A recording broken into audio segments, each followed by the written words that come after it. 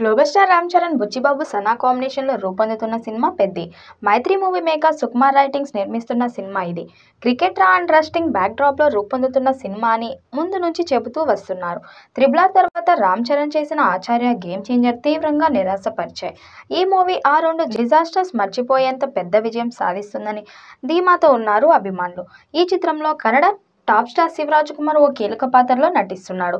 Mirzapur fame Divyendra మరో కీలక role చేస్తున్నాడు. హీరోయిన్ గా జాన్వీ కపూర్ నటిస్తుంది. ఆ మధ్య ఓ షెడ్యూల్లో ట్రెండింగ్ రోజులు మాత్రమే షూటింగ్ లో పార్టిసిపేట్ చేసింది.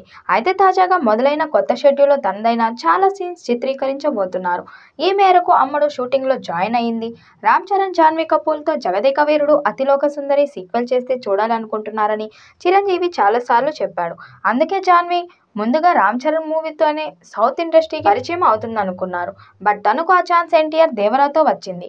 ఇది తన second Telugu movie. Pan India స్థాయిలోనే రూపొందుతున్న పెద్దితో జాన్వీకి మంచి బ్లాక్ బస్టర్ పడుతుందంటున్నారు. దేవరాలో తన పాత్ర పరిమితంగానే కనిపిస్తుంది. కానీ ఈ చిత్రంలో కాస్త ఎక్కువ ప్రాధాన్యం ఉన్న పాత్రే అంటున్నారు.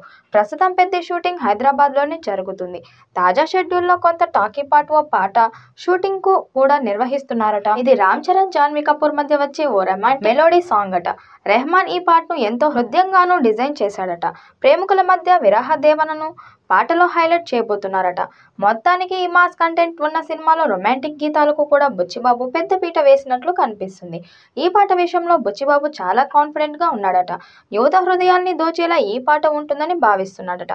ఈ ప్రాజెక్ట్ లో రెహమాన్ భాగమయ్యారు అంటే అందుకు కారణం కేవలం బుచ్చిబాబు పట్టుదలతోనే. టాలీవుడ్ లో ఎంతో మంది మ్యూజిక్ డైరెక్టర్లు ఉన్నా వాళ్ళందరినీ కాదని మరీ చరణ్ ని ఒప్పించి రెహమాన్ కావాలని పట్టుబట్టి తీసుకొచ్చారు. ఈ ప్రాజెక్ట్ కోసం రెహమాన్ కూడా అంతే కసిగా పనిచేస్తున్నారు. రెహమాన్ కూడా తెలుగు సినిమాలు సంగీతం అందించి చాలా కాలం అవుతుంది.